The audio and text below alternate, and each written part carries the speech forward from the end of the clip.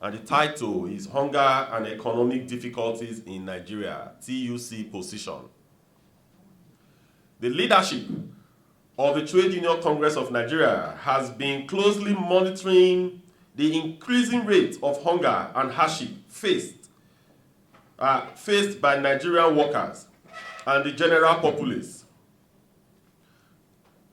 Over the past few weeks, we have delved into the root causes of these challenges and have researched possible solutions that could help reduce the economic difficulties faced in the immediate, the short term, as well as providing long-term mitigations.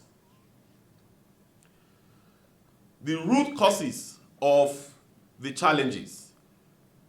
Why are we really here today? Why are we really facing this economic downturn today?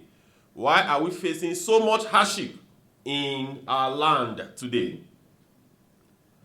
Two of the major root causes will be highlighted below. There are others, but these are the two principal root causes that we have identified.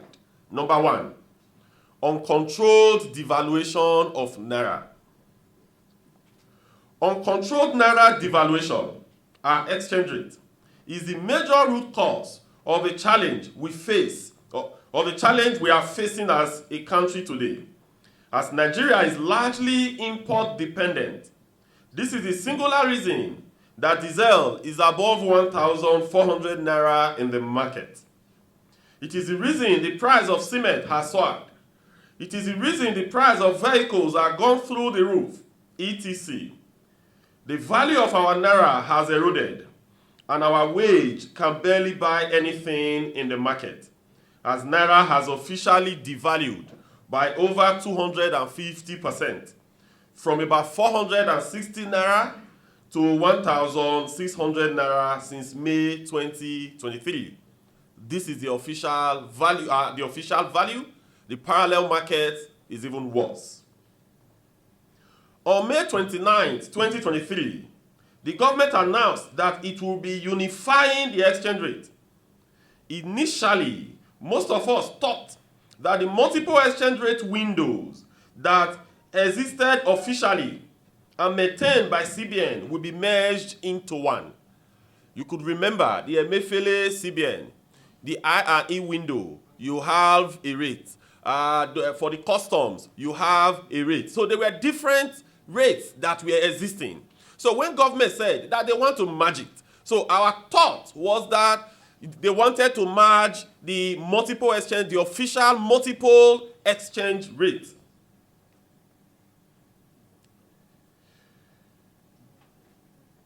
Pegging the exchange rate at an average of 500 Naira, but a scenario where we have allowed speculators to hijack the market, and the official rate is now chasing speculators, all in the name of demand and supply, is embarrassingly worrisome. A glaring impact of this anomaly as it affects our minimum wage is highlighted below. When the National Minimum Wage Act was signed into law in 2011, the minimum wage was increased from 7,500 Naira to 18,000 Naira. At that time, the Naira to dollar exchange rate was about 155 Naira to USD. This set the minimum wage in Nigeria at about $116. This value shows the real purchasing power of the minimum wage, since Nigeria is mostly reliant on imports. Again, in 2019, when the national minimum wage was 30,000 Naira, when the national minimum wage of 30,000 Naira was passed into law, the Naira dollar exchange rate was about 360 Naira to $1. This pegged the minimum wage to about $85.5. Basic economics taught us that money serves as a store of value. However, due to uncontrolled devaluation, the value of the Naira has eroded over time. Today, the real value of the minimum wage is about 17 USD, using an average rate of 1,700 to $1. Now, looking at the parallel market rate, this decrease in workers' disposable income is at the heart of the current crisis. Remember, when the new minimum wage was implemented in 2019, it was over $85. But today, it is $17 or thereabout. So this has completely eroded.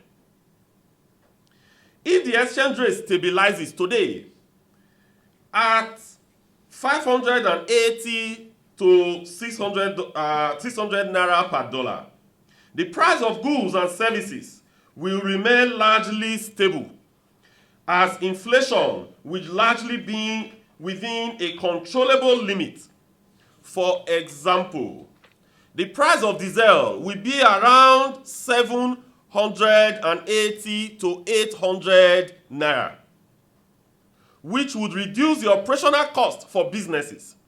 The price of PMS will reduce by 15%.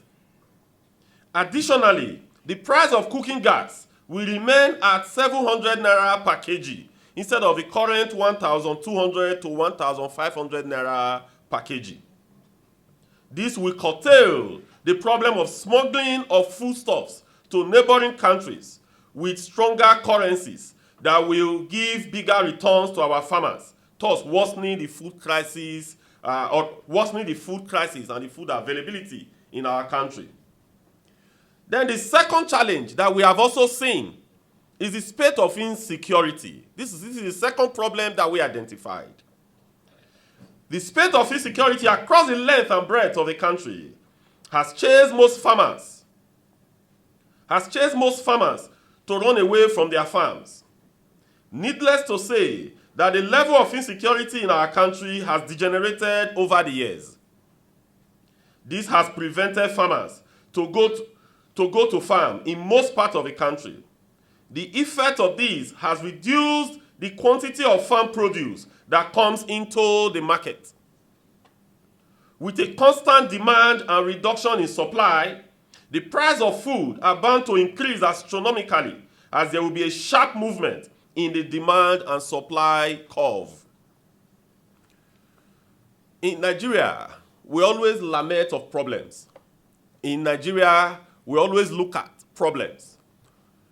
A child that is just barely speaking could tell you some of the problems and the challenges we face in Nigeria. But at times, what is most difficult is proposing a solution, and a solution that is workable. So for us in Trade Union Congress of Nigeria, the leadership examined these two problems and tried to proffer practical solutions that could be implemented. And we have about 15 of them that we have that we'll be putting forward. Number one, determination of the real value of Naira. The monetary policy managers should determine the true value of Naira, allowing the official exchange rate to devalue with the black market rate that does not follow market fundamentals. Is not the right approach to this local and international. Is not the right approach. Local and international financial institutions have determined this value to be between 880 Naira to 650 Naira to $1 in July 2023. Remember, when the multiple exchange rate, it was being touted that they want to merge it together. The first thing that came was that experts all over the world, experts from JP Morgan Chase, experts from Bank of America, experts from Barclays Bank, experts from Nigeria banks, experts from financial economists in Nigeria, they all said that from all simulations, from all modeling, that the true and the fair value for Naira should be between 580 Naira to 650 Naira to a dollar. The federal government needs to work towards achieving this realistic rate. Thereafter, the exchange rate will then be adjusted on an annual basis using a factor K that will be determined by US and Nigeria inflation figures. This adjustment can also be made every 6 months to avoid sudden shock. It does not make sense economically to allow the currency to float freely against an international currency is in acute shortage of supply due to excessive demand. With this in place, investors could forecast the return on their investment with some degree of certainty. This stability will result in the restoration of confidence in the market, and foreign direct investors will monitor this stability before eventually returning to the country. This can be easily implemented by CBN, who are the managers of our monetary policy, by directing banks to reject dollar bid above the threshold of 580 Naira to 650 Naira. This was done between July and October 2023, when the exchange rate stabilized at around 790 Naira to a dollar. Actually, what we are proposing is actually what has been done even in Nigeria within the last 8 months of the advent of this president. If you could remember, when the flotation happened, the Naira started running away. But you could check and recall that between July and October, the official exchange rate of Naira was stabilized at about 790 Naira to a dollar. What simply happened was that there was an instruction from the financial managers to the bank chief executives telling them that all bid that is much more than 790 should be rejected. And that was how we maintained that exchange rate. We stabilized that exchange rate within that period. So what we are demanding is that we can also do something like that because we know what is the fair value of our exchange rate. And this has been determined by various financial simulations. And it fell between 580 Naira to about 650 Naira. So the government should do exactly what they did between July and October 2023.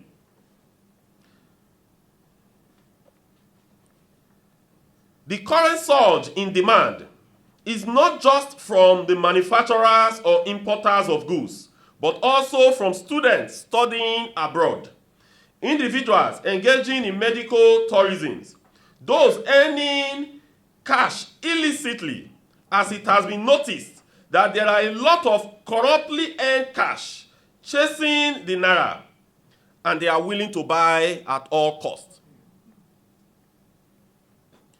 Number 2, minimum wage.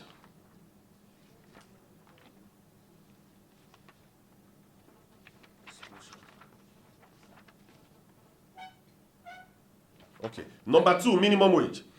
As established in the prior analysis, the value of the current national minimum wage is about 17 USD. Hence, there is an urgent need to hasty conversations around the new minimum wage conversation for it to be passed into law. Faithful implementation of the new minimum wage by government at all levels and the private sector will help increase the disposable income of workers and thus their purchasing power. Because if the minimum wage is not increased, if the masses doesn't have money to purchase, the manufacturer warehouse will be filled because you don't have money to buy. Today, I wonder how many middle class can even buy a Tokumbo car, talk less of a brand new car, because the purchasing power has been completely eroded. Number 3, custom exchange rate for goods used in manufacturing. Today, the exchange rate used by customs for clearing machineries, spare parts, and other commodity that fit into the manufacturing line and processes, farm equipment, should be revised to between 580 naira to 650 naira to $1. Or at best, a tax waiver should be given to some of these imported goods that are critical in the manufacturing and agricultural processes. Customs should focus on facilitating trade rather than merely being a revenue collection agencies. In developed world, customs facilitate trades. But here in, year out, when you look at the scroll bar of major TV channels, you are going to see customs celebrating that they have raked in 1.7 trillion, that they have hit target. That is not the primary function of customs. That is the primary function of those that are saddled to collect tax, like the Federal Inland Revenue Service and all the state revenue collection agencies. That is their function. What customs must do is how to facilitate trade. What are those machineries? What are those equipment that the critical sector needs? What are those equipment that the manufacturing line needs? What are those spare parts that they need in a cement manufacturing company? How can they get this out on time for it to be fit into those various machineries, or for it to be installed to allow the production process to commence? That is actually what customs should facilitate. But we are not saying that this should be done completely free. But the essence really is how to get industries to work. The essence is how to ensure that the manufacturers, they keep manufacturing. After all, the profit that the manufacturers are going to turn in, the profit that the commercial agriculturists are going to turn in, government is going to tax them. So the more profit they make, the more revenue that will come to government.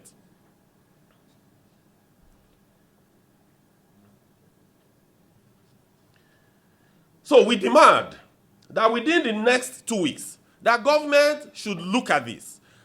That is how to bring the clearing fee or the conversion rate from Naira to dollar, how to bring it down to the original value for the Naira, which is pegged around 480 to 650 Naira. When that is done, the cost of clearing goods are going to reduce. Number 4, allegation that subnationals, states and local government throw billions of dollars monthly into the parallel market. Foreign exchange market watchers and analysts have all said that Naira depreciates further whenever FAC allocations are shared among the 3 tiers of government. Some data have been provided to back this up by financial and economic analysts. This call for further interrogation. The Economic and Financial Crime Commission and the National Financial Intelligence Unit, NFIU, should be immediately deployed to monitor the account of those who are credited from FAC allowance. All transfers to parallel market operators and bureau de change must be tracked, and perpetrators must be brought to book. That is, those that collect money from FAC and send it directly to black market. That is part of the free money, the money that you didn't work for, that is chasing our USD, that is actually making the USD to be running away on a daily basis. Nigeria has been an import-dependent nation. We have been importing literally everything for the past 30 years. But the Naira has been relatively stable with minimal levels of depreciation. So what has happened today that has placed Naira the way it is? So part of it is the allegation that the subnationals, state and local government, that they patronize the parallel market and that they are ready to buy the dollar at any price. A food for thought. We have been an import-dependent nation for several years. Even at a time when our crude production was relatively low and oil sold for about $10 per barrel, our Naira never ran riot the way it did in the past month. So what has changed suddenly? Number 6, clamp down on speculative trading in the foreign exchange market. Government and the central bank should institutionalize policies that will deter speculators from striving to untwist the market by allowing a plus 2% of official rate on their platforms.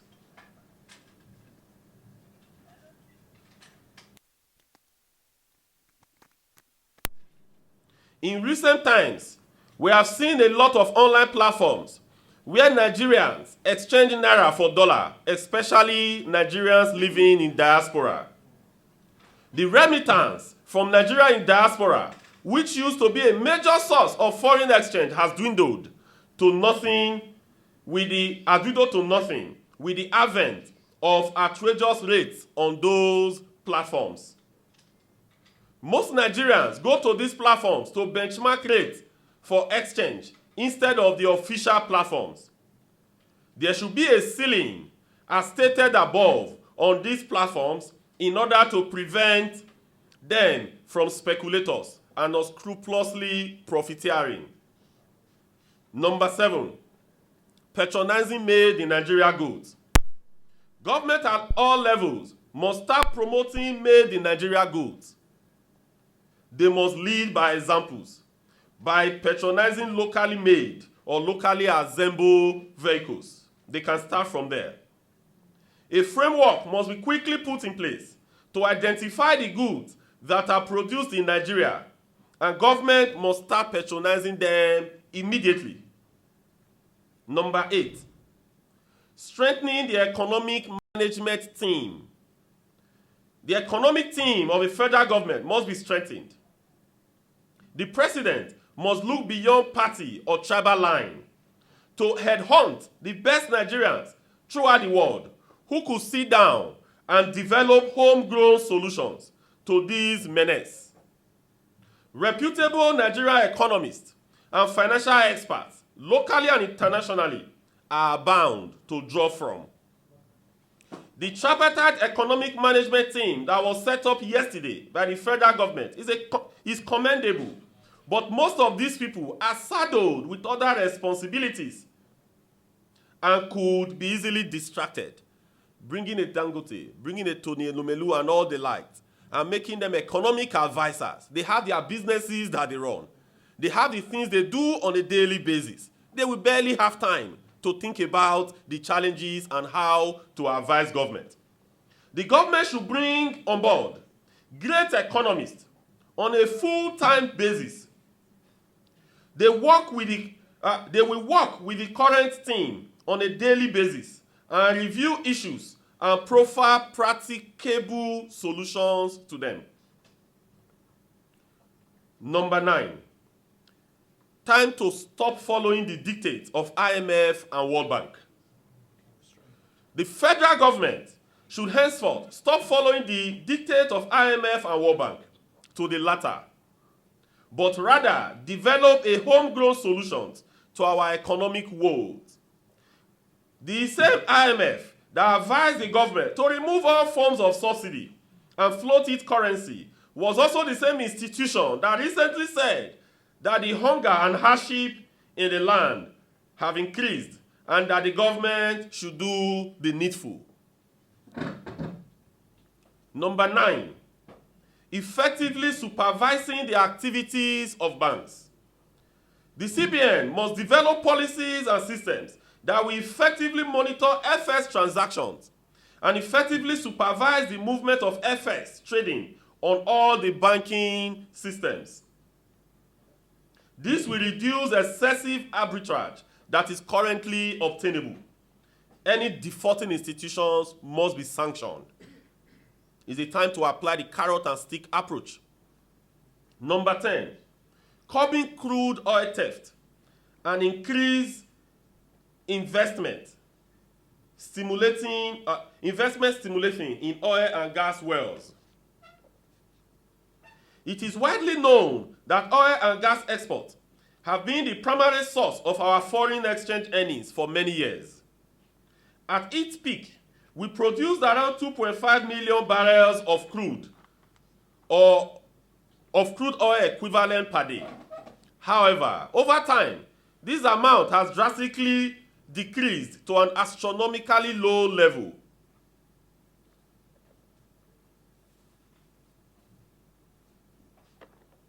In January 2024,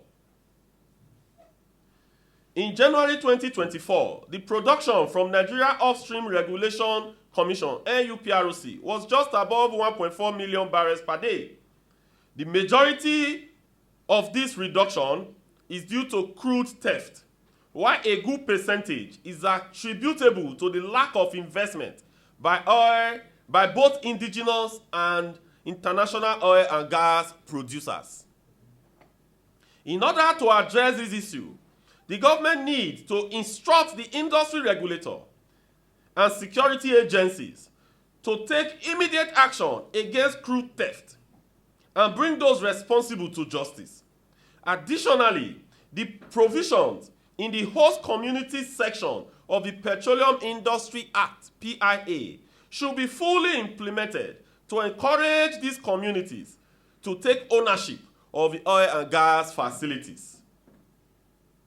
The able-bodied men from the host communities can also be enlisted as whistleblowers and work alongside the security agencies, as this has been proven to produce the best results.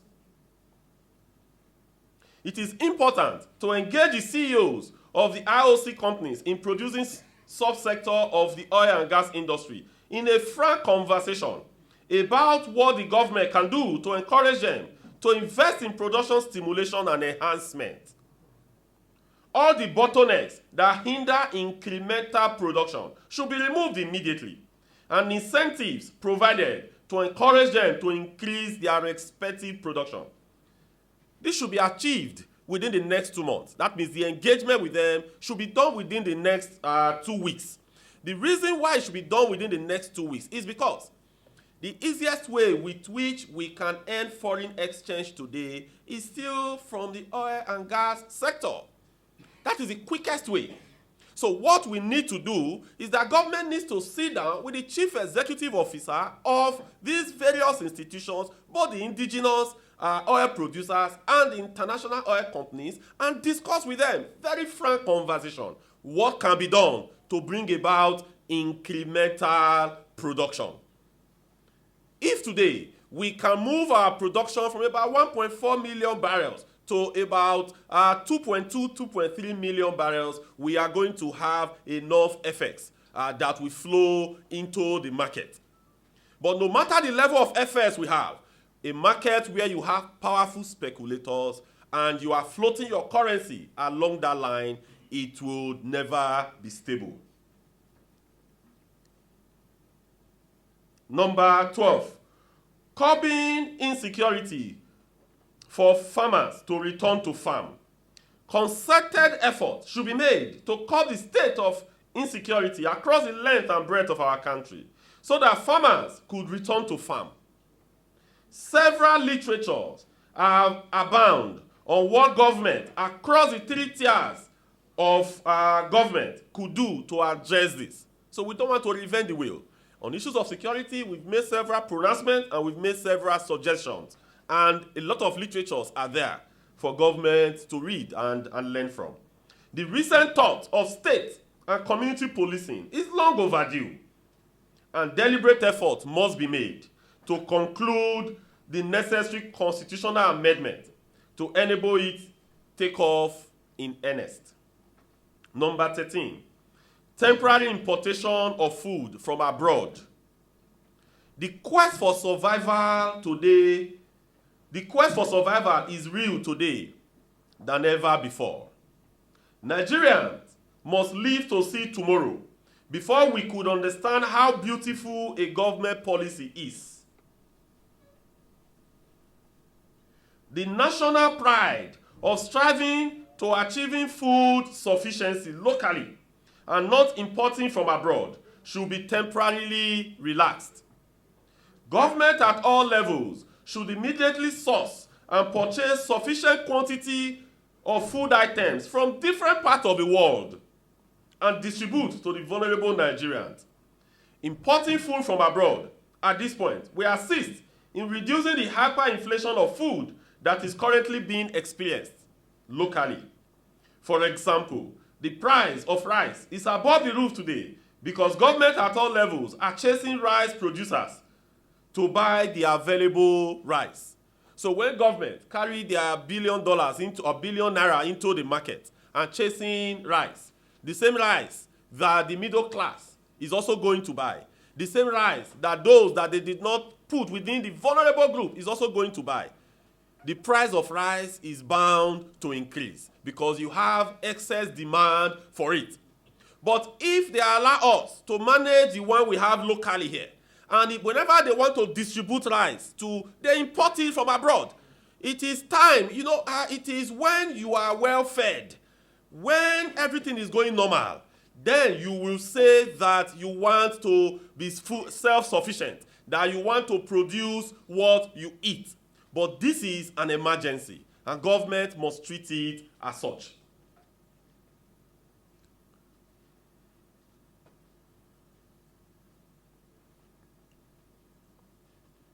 TUC hereby demand that government should, as a matter of urgency, commence importation and allow importation of essential food items into the country within the next 2 weeks. Number 14, task for states and local government. State government must immediately choose at least 6 different food crops to cultivate. Similarly, each local government must identify 3 food crops to cultivate as well. Now that we are approaching rainy season, this must be done immediately in order to boost food production in the next few months. An emergency food coordination center between the federal and state government should be set up immediately to interface on the kind of crop to produce and the variety that will yield much more per hectare. The Congress leadership strongly believe that when all the solutions profiled above, before that, let me take number 15. Number 15, the Congress visited the Port Harcourt refinery about a week ago to inspect the state of rehabilitation of both the old and new refineries. We are demanding that crude production from the old Port Harcourt refinery must commence before the end of first quarter of 2024. We further demand that the rehabilitation of the new Port Harcourt refinery, Warri refinery, and Kaduna refinery must be expedited, as we shall be closely monitoring progress and work completion as scheduled in the work breakdown structure. So, a visitation was made to the refinery. You could always be told several stories. They told us that the refinery has achieved mechanical completion and that they are fine-tuning their testing processes for production to commence. But this was the story they told to us. But we needed to visit the refinery in order to ascertain the true status. So, some members of NAC visited the Port Harcourt refinery. They went to both the old, although they are in the same compound but separated by the process platforms. They visited both the old refineries and the new refineries, the new refinery. When I say new refinery, one of the refinery was built in 1965. Another one was built in the 80s. So the one built in the 80s is referred to as a new refinery, while the one of 1965 is referred to as the old refinery. So they visited both of them, and when they went through them, they spoke with the contractor, they spoke with the people that ought to know. And when they did all this, they this day, and the comrade from Daily Trust. What is the meaning of opt-out? I want you to help me. What does opt-out mean? Yeah, let me understand the grammar so that I will be able to respond. What does it mean? Three of you. Any of you can help me. What does opt-out mean? No. That's the meaning of opt-out. Please, hold on. I'm getting somewhere. Thank you. Hold on. Thank you. I've asked you a question. Don't ask another question. You've answered what I've asked. So, comrade, please listen. Comrade from Daily Trust. Stop pressing your phone. Listen. You heard what he said. Comrade Friday from Channels. You heard what he said. Hold on. No. You said, are we opting out? That was the question. Then I asked one of you to define what opt-out means. And repeat what you just said so that they hear very well. I'm not sure they heard. No, it's okay. I will come in. So, it is when you jointly agree, right, that you want to do something. When you agree jointly that this is the way to go, and along the line, you now decided that you are not doing again. So if you propose to a lady that you want to get married, right? Then along the line, you are no longer getting, something happened.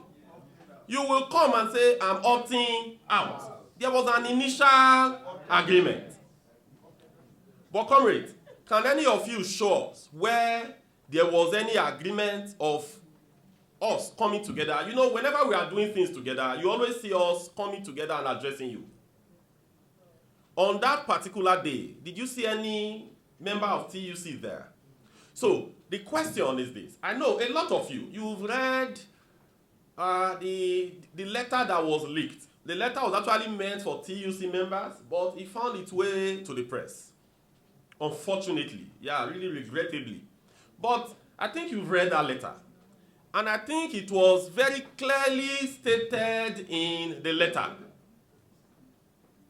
I think the reasons are clearly stated. So, we were not part of the process ab initio. We were not part of the agreement ab initio. So, there is nothing to opt out from at all. Like as I have said repeatedly, that in trade union movement, you have a toolbox.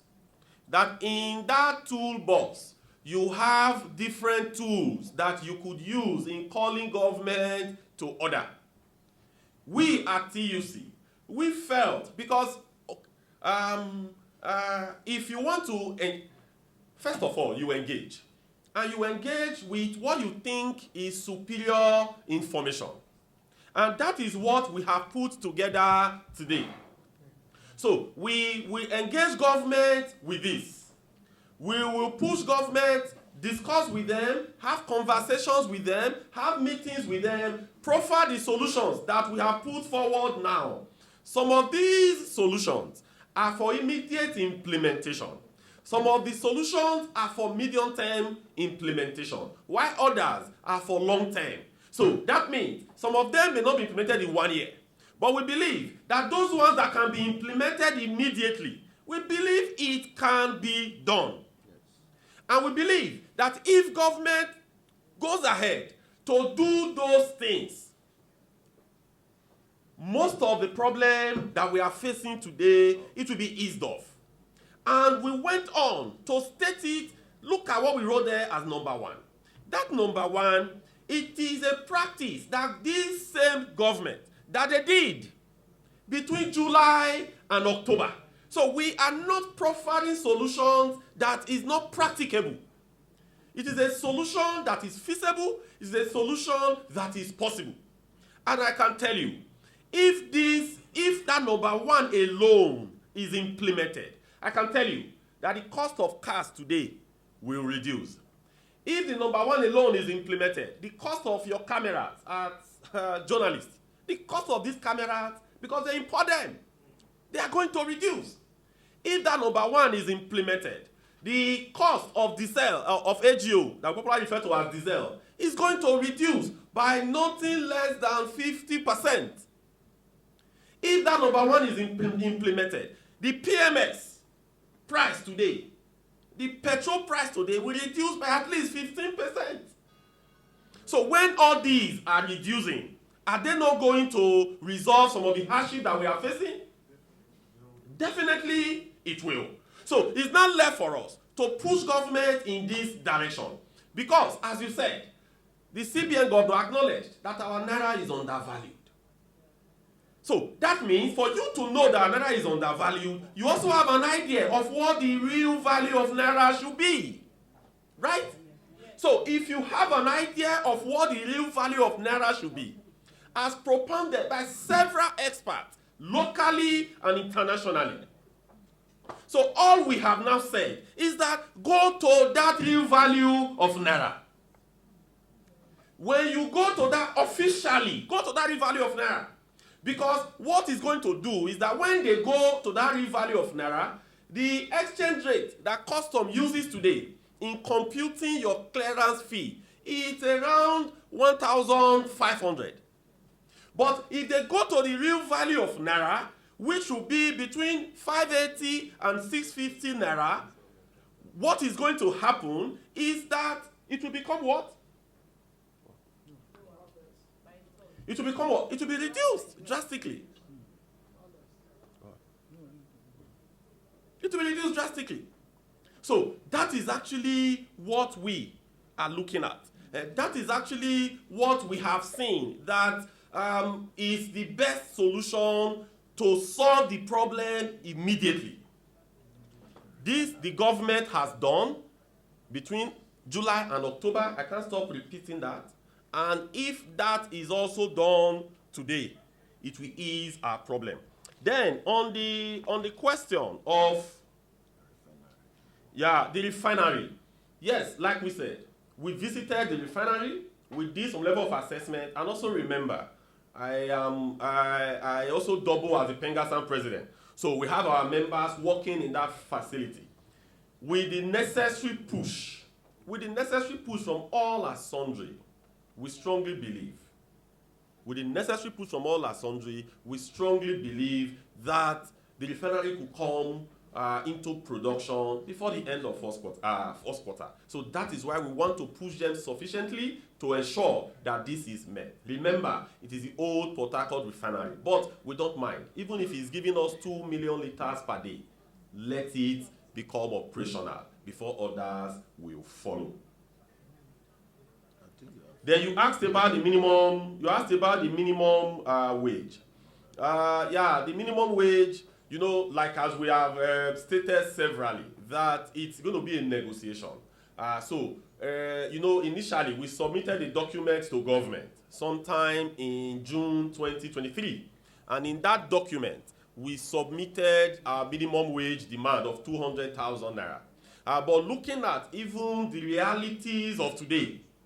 Because when we submitted it, 200,000 naira, the exchange rate there was somewhere around 600 naira to $1. So by the time you do that computation, you could see that the minimum wage would have been maybe somewhere around 100 and say about 200 plus dollars, say about $300 per day. That would have been our start point of negotiation. But today, that 200,000 naira, what is the value today? If you compute 200,000 naira, you divide it by the parallel market rate, you see what the value is. Go and look at what was the value of 18,000 naira when it was passed into law as a minimum wage in 2011. Then that will give you an idea. So for us, we would not state any figure categorically, but we have computed what we think will work, and we'll take it to the committee when the real work starts. They've inaugurated the committee. We broke into subcommittees. So the work is going on, but government needs to hasten up. Because if you don't pay the people the living wage, you are not just suffering the workers, you are not just suffering the masses, you are transferring it to companies, you are transferring it to industries and all whatnot. Yet, the economy generally will suffer, because when your purchasing power is eroded, you can literally do nothing. I think that's yes. Yeah, so someone asked about empirical data. Yeah, I think that's very clear. How long are you prepared to wait? Wait now. Don't ask your own. There is no hard and fast rule, my comrade. Even if we stay under the rain and shout from today till next year, if government does not know what to do, if government does not have a clue of how to solve a problem, we will be under the rain for 1 year, your problem will not be solved. But if you look at the issues and you see where the problem is, so all you need to do is to push government. So once we push government, you could see the timelines, they are all there, they are all stated there on different issues. So when you go there, you look at it. The one we want government to implement immediately is there. The one we want government to implement in 2 weeks is there. The one we want them to implement for the end of first quarter is there. The one we want them to implement in 1 month is also there. The one that will be a long term, like the Warri refinery and the Kaduna refinery, from empirical evidence, it will not come to production in the next 6 months. So we also understood that, and we are following the work breakdown structure to ensure that they are following the work as scheduled. So when you say wait, that's why I always like to ask for clarification. Because today, if I even stand naked today at the front of CBN Tower, I stand there naked. Will that, for example, just automatically change things? If you don't propose something, you need a document to discuss with government. You need ideas to sit down with government and discuss. It is after you have engaged, after you have discussed, and there is no traction, there is nothing that is happening, then you can now bring other tools in trade union movement that will know to engage them and to push them to on this side with us, Comrade Abulu. So first, in that document that we issued, that particular document that was issued was a joint document giving a 14 days ultimatum. I think yes, for the agreement that we signed. So now, what was the reason behind giving the 14 days ultimatum? In fact, we actually pushed to ensure that 14 days was captured. The ultimatum that was added there was a push from TUC, I would say that. But it was jointly agreed. That is mutual understanding, right? We now started, so after that, what now came was that the reason we gave that ultimatum was because government signed an agreement with us October 2nd. When we looked at that agreement, it was worrisome that nothing has been implemented. In fact, they paid wage award just once for September. Nothing was paid. Nothing was paid again. We looked at that document. There are low-hanging fruits. But the wage award was the least thing that government should do. Visitation to refinery, it was also there in that agreement. But as when we issued that ultimatum, government, they were never ready to take us to the refinery. So we're now wondering, is it just bobo juice? Are they just giving us stories that are not right? That we need to find out what is happening. So that was why we served an ultimatum jointly. So the ultimatum that we served jointly, the ultimatum that normally if you serve ultimatum, you give like 14 days or you give like 1 month. You have to now look at it. If the person you serve the ultimatum to just go to sleep and says whatever, then it will embolden you to say these people are calling us bluff, then we need to call them to order. But when you serve an ultimatum, the review of that ultimatum is supposed to be like 2 or 3 days to the end of that ultimatum. It's not 4 or 5 days after you gave ultimatum. You still have like 10 days more. So when we issued that ultimatum, government invited us. We started engaging. And we told them the quick wins that must be achieved if you want us not to go on strike. If you don't want us to call our name to address them. So a meeting was held on Monday. The ultimatum was served on a given Thursday, so the meeting was held on Monday. So when we had that meeting, we went through everything. And we told them, you have not done this, you have not done that. They said, okay, fine. That they are going to act. Remember, before the ultimatum was given, 1 month wage award was paid, September. But as we speak today, before the life of that ultimatum, before the expiration of the ultimatum, they paid 4 months addition. So, has that ultimatum not worked? So, if at the end, if you had a challenge, and you are pushing them, you are having meetings, nothing is happening, you don't give them ultimatum. If they don't act, then you on your path, you call your neck, and you act. But as of today, they are paid till January. So remember, from September, they are paid till January as we speak today. In the life of the ultimatum, you remember, we had challenge with Ritian. You remember that we went to Lagos, we protested, we shouted, after all that, we reduced it to agreement, October 2nd. But as we speak today, within the life of this ultimatum at all, the Ritian issue has been completely resolved. The office of Ritian that was barricaded in Lagos has been opened. Our members, as we speak, the executive has been inaugurated. The president of Ritian now has his escorts fully in Lagos. That was what we were advocating for. Has it not been achieved? Achieved. Then visitation to refinery. We also said that no, these are low-hanging fruit. So immediately they fixed a date. In the life of the ultimatum, we also visited the refinery. Then we also said that ASU, that the money you are owing ASU, that you have to pay. As of today, we learned that they pay about 4 months or so to ASU. So what that means, okay, even beyond that, we said the document must be notarized. You take it to court. Initially, they said they sent it to our lawyer, a lot of excuses.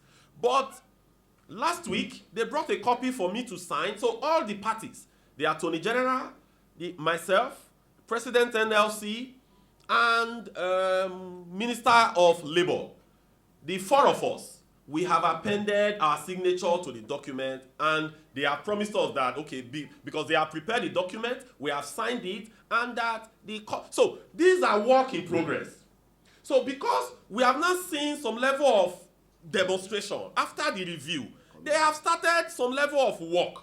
So they now told us on the other issues on diesel, they said yes, that they have never charged VAT on diesel, which we have also sent our people to verify.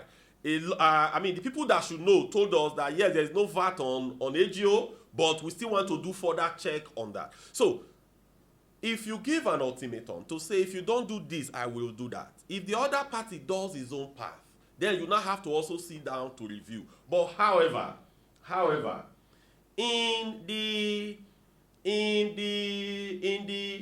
protest that is being called is not related to the ultimatum that was given. So maybe you can get that clarification from what we were told was that it's not related to the ultimatum that was given. Because when we saw it, we actually thought that was even why we wrote, to say, we issued this together. Why don't we would have waited towards the end? We sit down jointly, the leadership, we review. Then we'll find what to do to resolve the challenge. So I don't know if I answered that. Then on the other one, like what we have said, that these various issues, we are proposing issues of policy. So when you propose issues of policy, you need to engage the other partner. So the president had a mindset.